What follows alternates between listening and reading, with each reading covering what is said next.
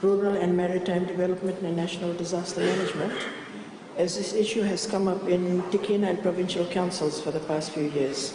What types of effective riverbank protection can the Minister provide for the villages of Lomanikoro, Nukutubu, Nasigatoka, Nabua, Nasilai, Drekena, and other villages on the lower reaches of the Rewa River Delta, which have been adversely affected by erosion and environmental degradation? Thank you, Madam Speaker. Thank you. Honourable Minister for Agriculture, Rural and Maritime Development and National Disaster Management. Thank you, Madam Speaker. I wish to thank the Honourable Leader of Opposition for the question, but I'm saddened by the fact that this question is specifically just for communities within the lower reaches of the River Delta than the whole of Fiji. Because, Madam Speaker, this is not only for the people of the Rewa Delta, but of course we have done similar projects in Sueni village in the interior of the Kondrove, in Mataningara, in Mba, and of course in all other places, in Dronguta, in Telewu. Madam Speaker, we look at the whole of Fiji rather than just one community. But the simple answer, Madam Speaker, we have four.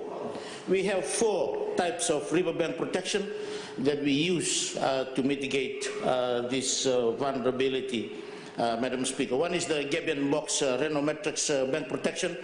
The other one is the Profix mattress, Madam Speaker, and we've got the concrete block mattress, and of course the bouldering bank protection. Those are the four types of protection that we employ. If I may just explain this for the benefit of the House and of course for the Honourable Leader of the Opposition as well. The Gabion box and the Reno mattress, this is a combination of two technologies.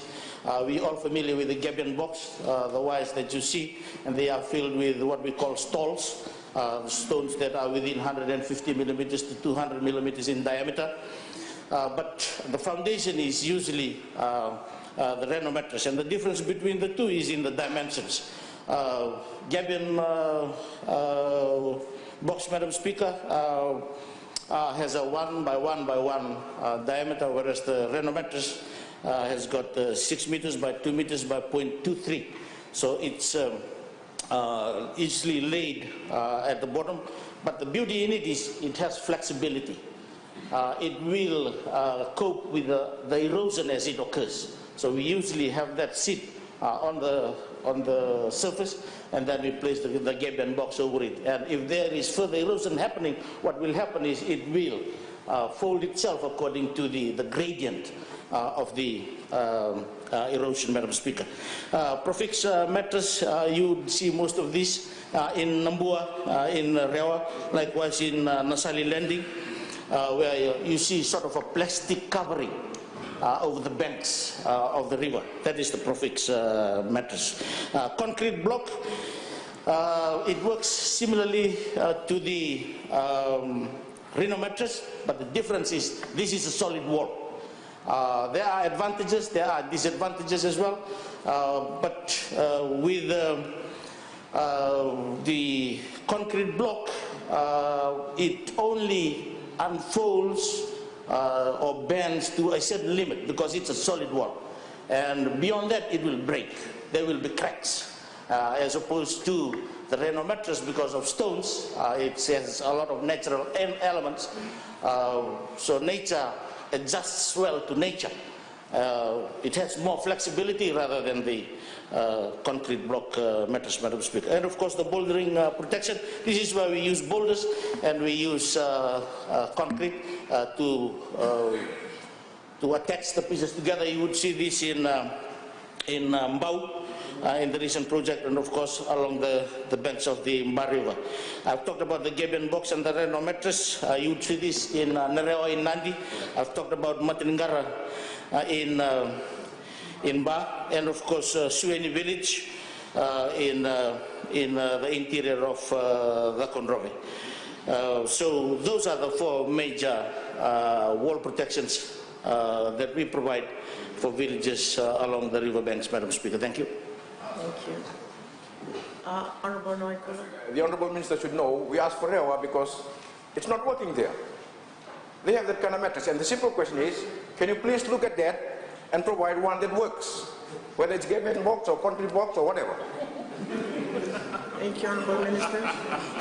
Madam Speaker, I have clearly stated that we cannot fight nature. Only nature adjusts well. We have solutions, ecological solutions and technology-based engineering solutions.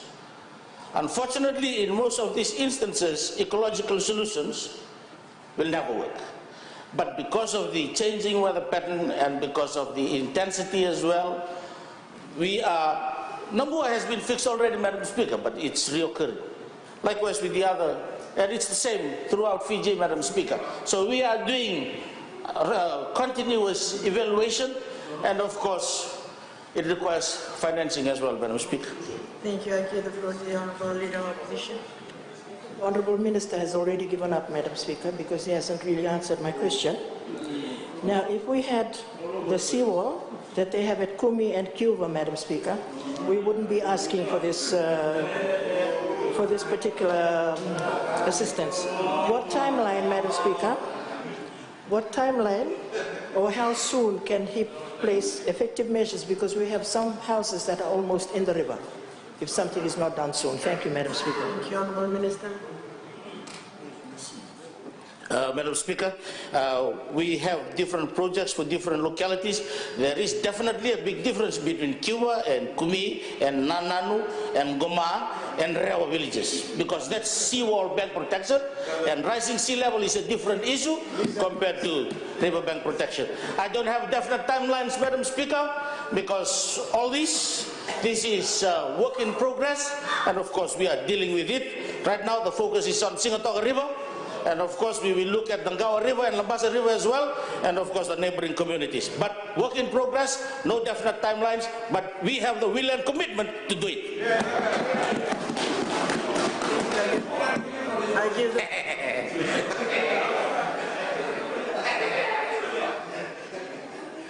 Thank you, Madam Speaker. Thank you, Madam Speaker. The issues in regards to Rewa is common to all other river banks, especially those who live on the sides of the banks. My question is, how effective is the regulation or the monitoring of buffer zones in terms of agriculture and houses built close to the banks? That is my question. Thank you, Honourable Minister. You have a buffer zone that allows that space for the banks to be protected. Now in agriculture, they're planting right to the end of the banks. So there's a regulated buffer zone. Thank you, Madam. Thank you. Madam Speaker, when you apply for agriculture lease, you also have a responsibility under the ALTA Act. Good husbandry practices, Madam Speaker. And it is the responsibility of the tenant and the agency responsible for ALTA leases to ensure that the farmers are practicing good husbandry practices, Madam Speaker. And that is the simple answer. People have to take responsibility and they need to take ownership. Government is doing its best. We are monitoring. And there is a big process involved when it comes to bad husbandry practices, Madam Speaker. And bad husbandry practices, Madam Speaker, if we go by the legislation, agriculture files the report to TLTB, then TLTB takes the tenant to court. And that will lead to them losing their lease. But the ownership, the responsibility is with the tenant to do good husbandry practices. Madam Speaker, thank you.